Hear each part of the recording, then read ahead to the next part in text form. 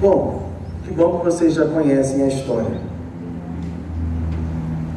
Meus irmãos, hoje nós celebramos a Epifania do Senhor. Epifania, a palavra essa que significa a manifestação da glória do Senhor.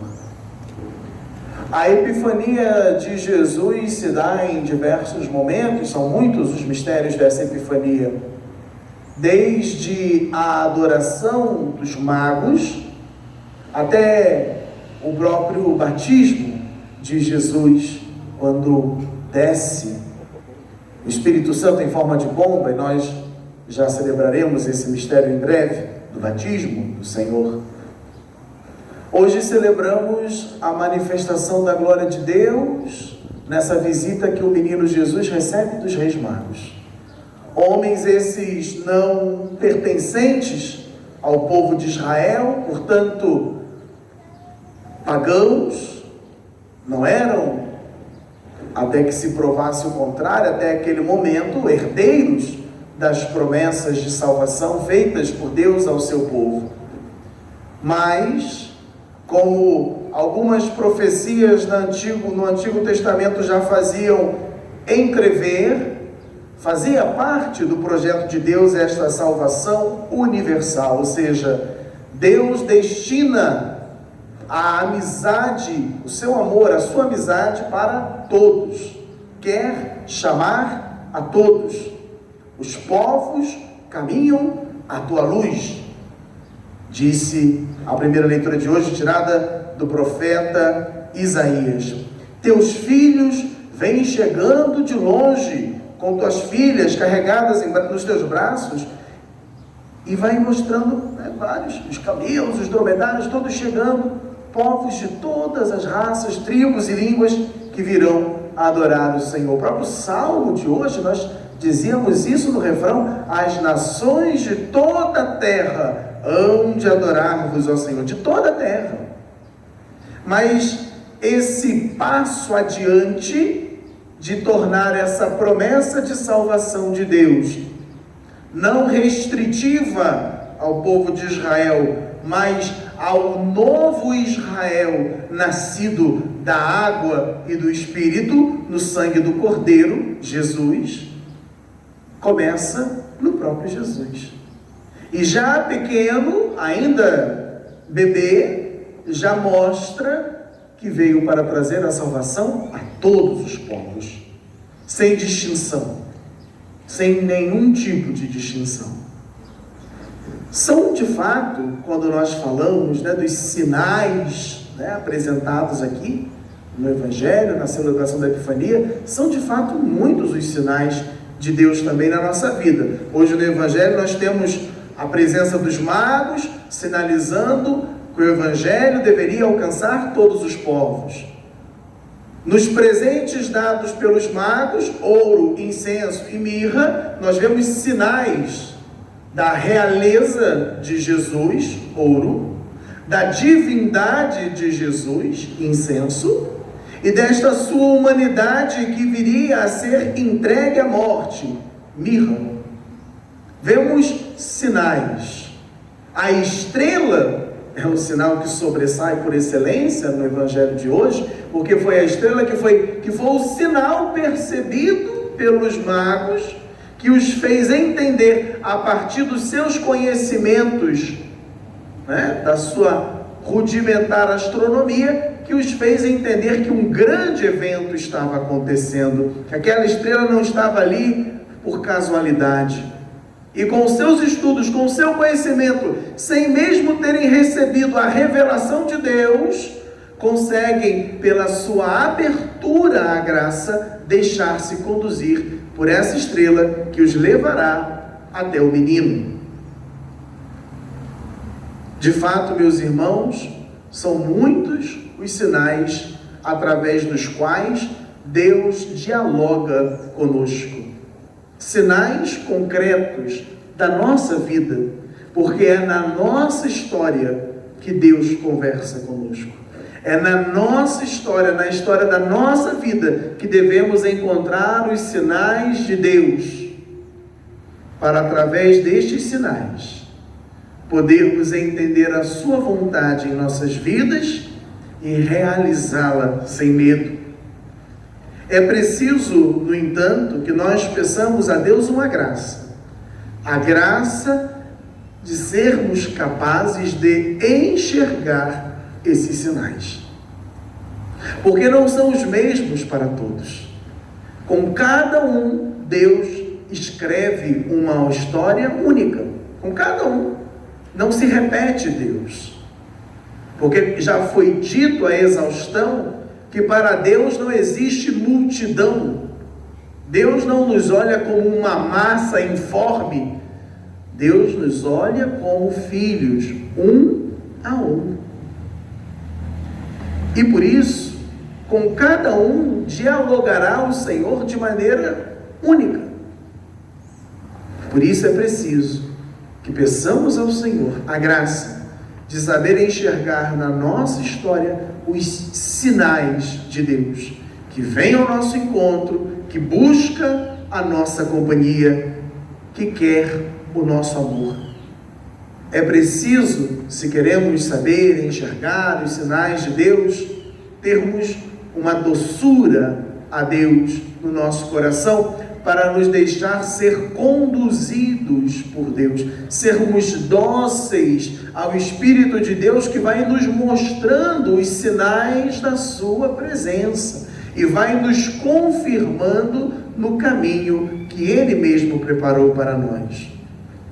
De fato, alguns sinais são extraordinários, ou seja, fogem do ordinário, fogem do comum. Como a estrela, por exemplo. Uma estrela que vai andando, né, vai se mexendo e para num lugar, quer dizer, uma coisa fora do comum. Também na nossa vida, às vezes, Deus se serve de sinais extraordinários. Momentos da nossa vida, realidades que experimentamos, que fogem completamente àquilo que nós estamos vivendo no nosso dia a dia.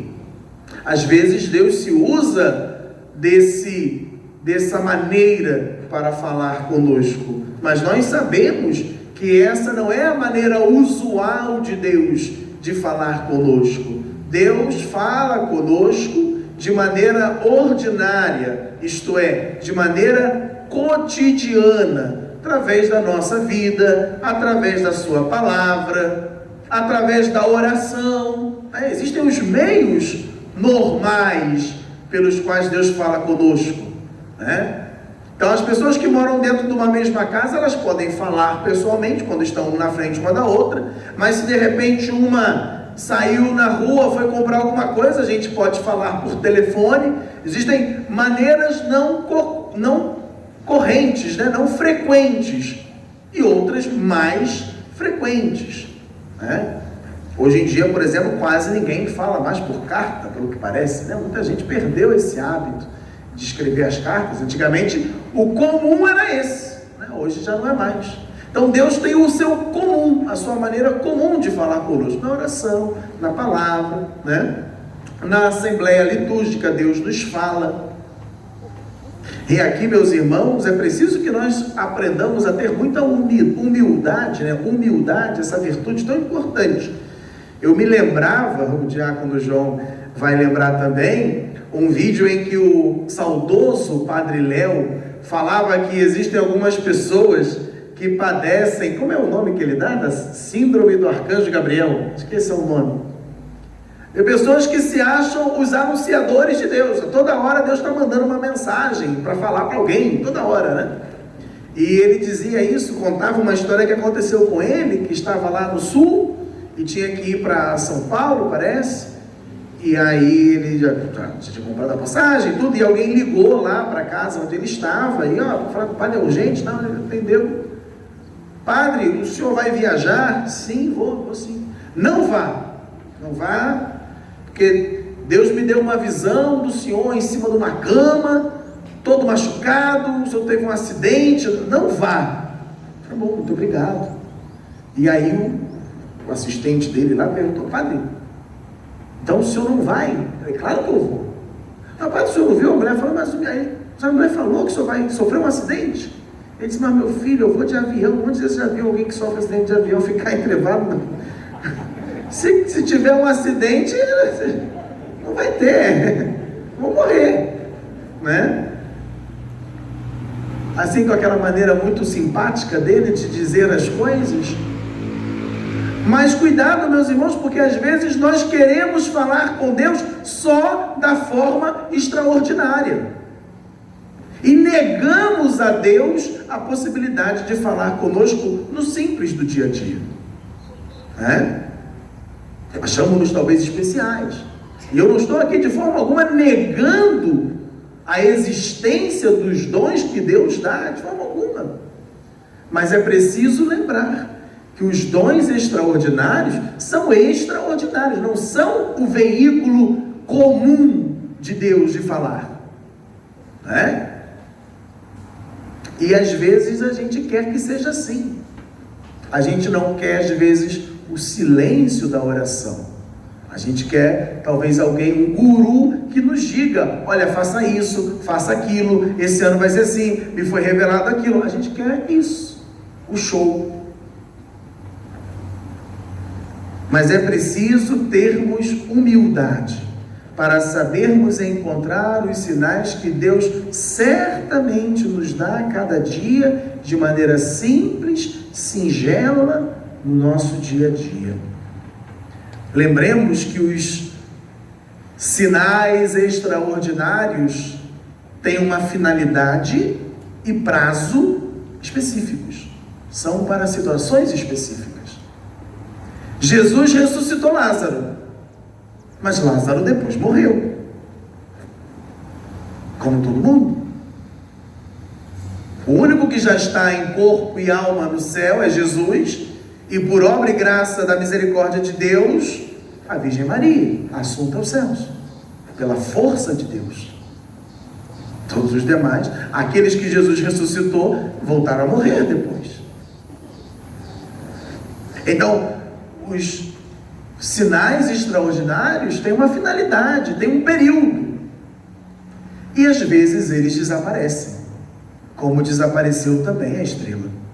Já não viam mais os magos a estrela que os conduzia, e por isso ficam preocupados, mas têm a sabedoria de procurar aqueles que poderiam revelar para eles onde estava o menino. Então, meus irmãos, quando os sinais desaparecem, é preciso sabermos onde procurar. Os magos recorrem aos mestres da lei e aos sacerdotes. E estes, com o conhecimento que detinham da palavra de Deus, lhes respondem que o Messias deveria nascer em Belém, pois está escrito, em Belém, na Judéia, e tu, Belém, terra de Judá, de modo algum és a menor entre as principais cidades de Judá, porque de ti sairá um chefe, que vai ser o pastor de Israel, o meu povo. Vejam, meus irmãos, os magos creem na palavra de Deus, que lhes foi anunciada pelos sacerdotes e pelos mestres da lei, e partem em direção a Belém. Os mesmos sacerdotes e mestres da lei não partem, ficam em Jerusalém. Eles sabem a profecia, anunciam aos magos, mas não acreditam. Mas vejam aqui que importante a sabedoria desses magos. Mesmo diante da atitude descrente dos sacerdotes e dos mestres da lei, eles não se desviam do seu propósito, pois não foram a Jerusalém para adorar sacerdotes e mestres da lei, mas o menino Deus que havia nascido. Então eles sabem seguir os conselhos daqueles que sabem o que estão dizendo, mas sabem também seguir o seu caminho, independente de se os outros o seguem ou não. Isso para nós É muito importante. Essa é uma grande lição que devemos aprender. O próprio Jesus dirá mais à frente, quando já for adulto, na sua pregação, que os seus discípulos deveriam fazer tudo aquilo que os fariseus ensinavam, mas não deviam se comportar como eles, porque colocavam um pesado fardo sobre os outros, mas eles mesmos não o tocavam com o dedo. Ensinavam a lei, mas não praticavam a lei.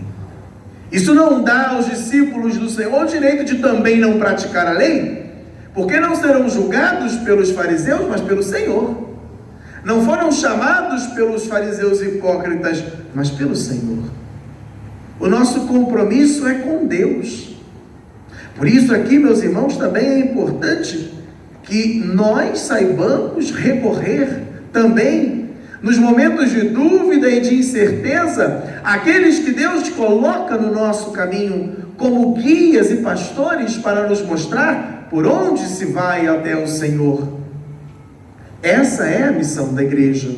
Para isso, o Senhor Jesus fez questão de convocar discípulos, contrariando a prática comum do seu tempo, em que os mestres da lei, em que os sábios pregavam a sua interpretação da lei de Deus, e as pessoas iam atrás, seguindo talvez o seu interesse, o seu gosto, a sua preferência. Jesus, contrariando esta prática, escolhe Ele mesmo os seus apóstolos.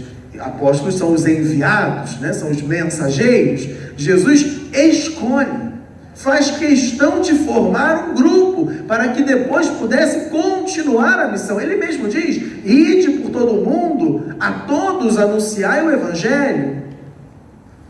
Então, meus irmãos, a igreja não é de iniciativa humana, como gostam de repetir os jargões próprios da mentalidade presente do homem moderno, ateia, anticristã, de que toda religião é invenção humana. Olha, eu não vou dizer que não existam religiões que são invenções humanas, claro. O homem que não sabia das coisas e viu o raio, achava que o raio era um Deus. Não foi o raio que disse isso para ele, foi a percepção do homem inculto. Mas não fomos nós que inventamos Jesus. Ele que veio a este mundo até nós e se revelou como pessoa divina, e se revelou como nosso Salvador. Por isso também nós devemos aprender a recorrer à igreja, sem deixar-nos nos escandalizar pelos maus exemplos de uns e de outros. Me perdoe, meu irmão, pelo que eu vou dizer, mas é uma atitude altamente hipócrita a daquele que diz que não vai à igreja porque na igreja tem pecadores. A vontade que eu tenho é de perguntar: e você é o que, cara pálida? É santo? Porque quem nos colocou no pedestal, no tribunal, para termos o direito, nos julgarmos no direito de condenar a hipocrisia alheia, quando nós também somos cheios de pecados? Ninguém tem o direito de condenar ninguém a nada. Os mesmos que dizem por aí, atacando a religião, quando esta se posiciona diante das várias injustiças presentes no tempo, no nosso mundo, dizendo que não cabe a ninguém julgar o outro, e que Deus disse: não julgueis para não serem julgados, são os mesmos que também julgam a pessoa religiosa, porque o consideram hipócrita. Entende que usam 2 pesos e 2 medidas? Me desculpe, hipócrita é aquele que diz que não vai à igreja porque na igreja tem pecador, porque ele também é pecador. Então, meus irmãos, aprendamos de uma vez por todas essa lição. Quem nos chamou foi Deus. Somente a Ele devemos responder. Ele é o único que nos julgará. E se nos deparamos com a fraqueza de um irmão ao longo da caminhada, a atitude cristã é orar por esse irmão, estender a mão para ajudá-lo, como nos ensinou o Salvador. Dizer que nos desviaremos do caminho e voltaremos é apenas uma desculpa esfarrapada que damos para amaciar a nossa consciência e não termos de admitir que na verdade somos uns covardes que não quisemos continuar o caminho até o final. E empurramos a culpa da nossa covardia para o pecado alheio, como já fez Adão, quando foi questionado por Deus. Adão, por que comeste do fruto que te mandei não comer? Ah, Senhor, foi a mulher que tu me deste, ela trouxe e eu comi. Eva, por que comeste do fruto? Ah, a serpente falou e eu comi. Transferimos responsabilidades. Os magos não fizeram isso, meus irmãos. Procuraram a quem de direito, receberam o ensinamento e seguiram adiante. E porque foram obedientes ao ensinamento que lhes foi dado da palavra de Deus, ainda que lhes tenha chegado através de lábios increntes dos mestres da lei e daqueles sacerdotes, porque foram obedientes a essa palavra, encontraram o menino. Se tivessem se colocado a julgar a atitude de Herodes, a atitude dos mestres da lei, a atitude dos sacerdotes, e pensado, esses homens são incrédulos, esses homens não sabem de nada, Deus tinha falado diretamente conosco, vamos rezar para que Ele fale de novo e a estrela volte a brilhar, não teriam visto o menino. Quando eles se colocam a caminho, eles acham a estrela de novo. Depois que ouviram o rei, eles partiram.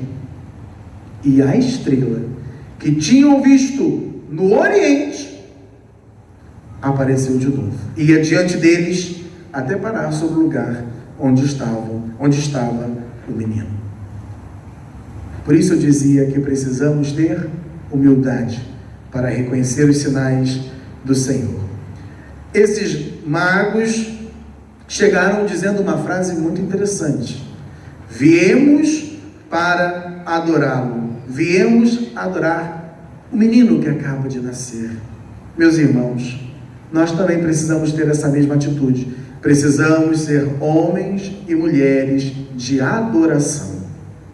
Precisamos aprender a adorar o Senhor. Que bom, hoje tivemos adoração, hoje à tarde. Iniciamos bem este ano de 2021, adorando o Senhor, colocando aos pés do Senhor toda a nossa existência, tudo aquilo que nós enfrentaremos ao longo desse ano. Conta-se, talvez seja apenas uma lenda, mas dá o que pensar.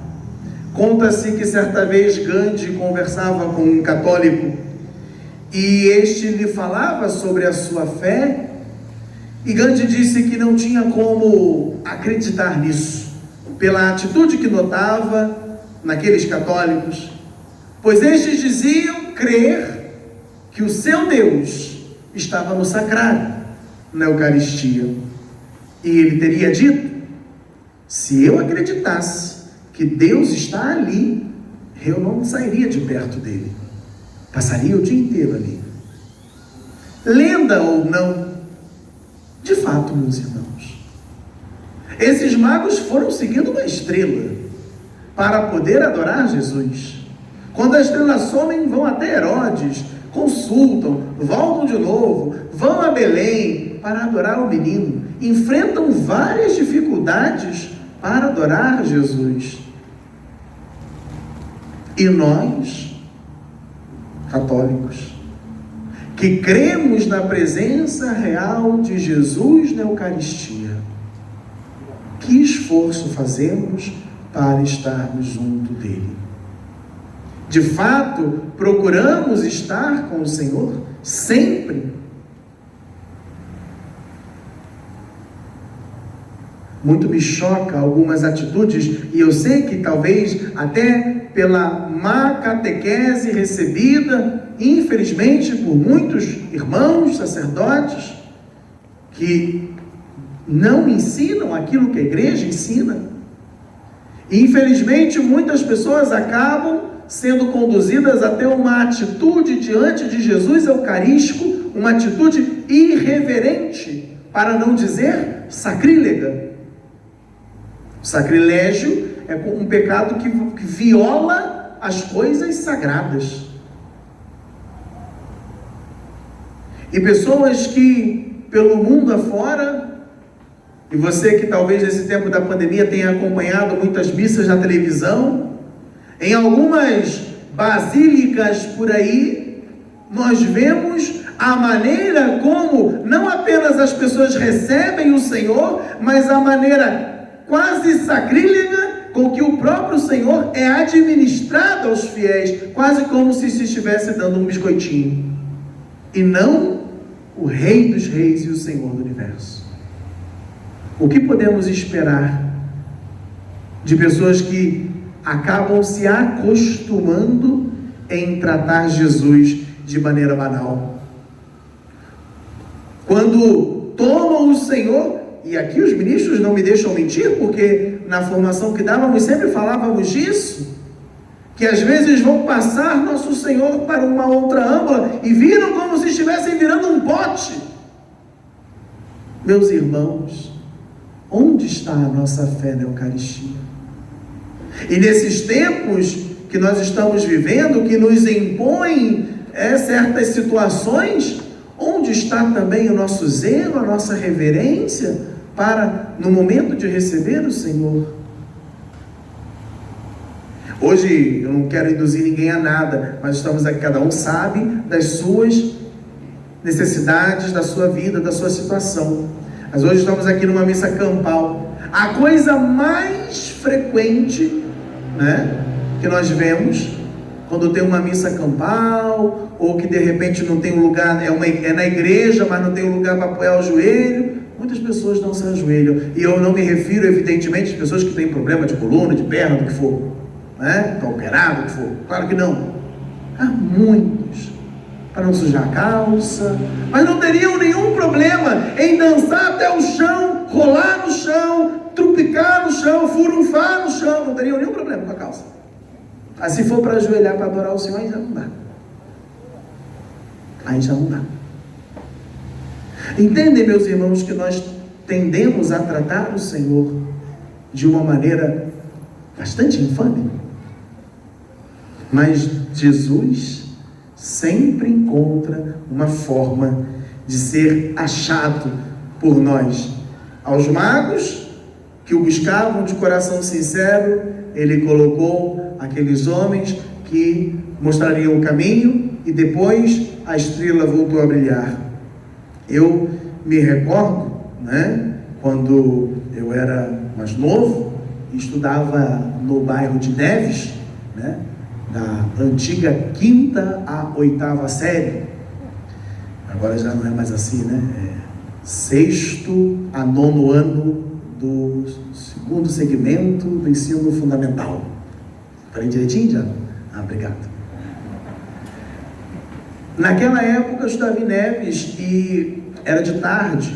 Então o ônibus também não é que tinha muito, então eu tinha que sair no horário que, se eu desse sorte, o ônibus viesse logo, eu chegava muito cedo, ou se eu desse azar e demorasse, eu chegava ali na espinha. Então, era isso. Então, quando eu chegava muito cedo, aproveitei muitas vezes, aqui é uma confissão para vocês, ia lá na igreja de Neves, que era perto, subia as escadas, ficava lá. Aí um dia eu achei uma porta lateral aberta, entrei, ia lá para o sacrário ficar com Jesus. Invadi a igreja, acho que era hora de almoço dos funcionários, mas alguém deixava a porta lateral aberta. Então toda vez eu ia lá ver, às vezes estava fechada, mas quando estava aberta, dava para entrar. Jesus sempre dá um jeito de se deixar encontrar por aqueles que o procuram de verdade. Meus irmãos, nós ainda temos muito que aprender nesse sentido, muito que crescer. Às vezes, confesso para vocês que muitas vezes tive a impressão de estar quase implorando para as pessoas adorarem Jesus. Confesso de verdade. Quase implorando para as pessoas poderem adorar Jesus. Veja, não se trata só de adorar quando tem ministério de música, quando tem um padre, um diácono para dar uma animação na oração, né? Às vezes a gente, quando diz, vai ter adoração com o padre, aí a igreja fica cheia, né? Porque você vai lá, senta lá, o ajoelha e fica assistindo o outro adorar. o ministério de música está tocando, canta bem, aqui a gente tem músicos maravilhosos, a unção, volta para casa maravilhado. Mas o que você fez, né? Qual foi a sua parcela na sua oração pessoal? Você adora Jesus ou você põe o diácono, o padre, para adorar Jesus no seu lugar? Nisso precisamos crescer. Na oração pessoal, individual. Aquela que a gente faz eu e Deus e mais ninguém. Nisso precisamos crescer. E por isso, meus irmãos, o exemplo dos magos é lindo. Porque depois de encontrarem o menino, ajoelharam-se diante dele e o adoraram. Depois lhes deram seus presentes e retornaram para sua terra, seguindo outro caminho. Quem encontra Jesus não pode voltar pelo mesmo caminho. Quando Jesus entra na nossa vida, ele muda a nossa jornada. Ele muda a direção da nossa vida. Que ao encontrarmos o Senhor Deus, Ele que veio ao nosso encontro pela sua palavra, Ele que vai descer do céu na forma do pão e do vinho para nos alimentar, que ao encontrar o Senhor, você e eu possamos então voltarmos para as nossas casas, como fizeram os reis magos, mas voltarmos por outro caminho. Eu não me refiro aqui à rua que você vai tomar, mas um outro caminho, um outro modo de ver as coisas, um outro modo de viver, um outro modo de lidar com as realidades da minha vida. Se talvez eu tenha sido uma pessoa muito dura, talvez seja a hora de ser um pouco mais doce. Se talvez eu tenha sido muito brando, seja a hora de ser mais firme. Mas encontrando o Senhor, não posso voltar atrás pelos mesmos caminhos que já andei. Que Jesus possa mudar cada dia a tua e a minha vida. Glória ao Pai, e ao Filho, e ao Espírito Santo,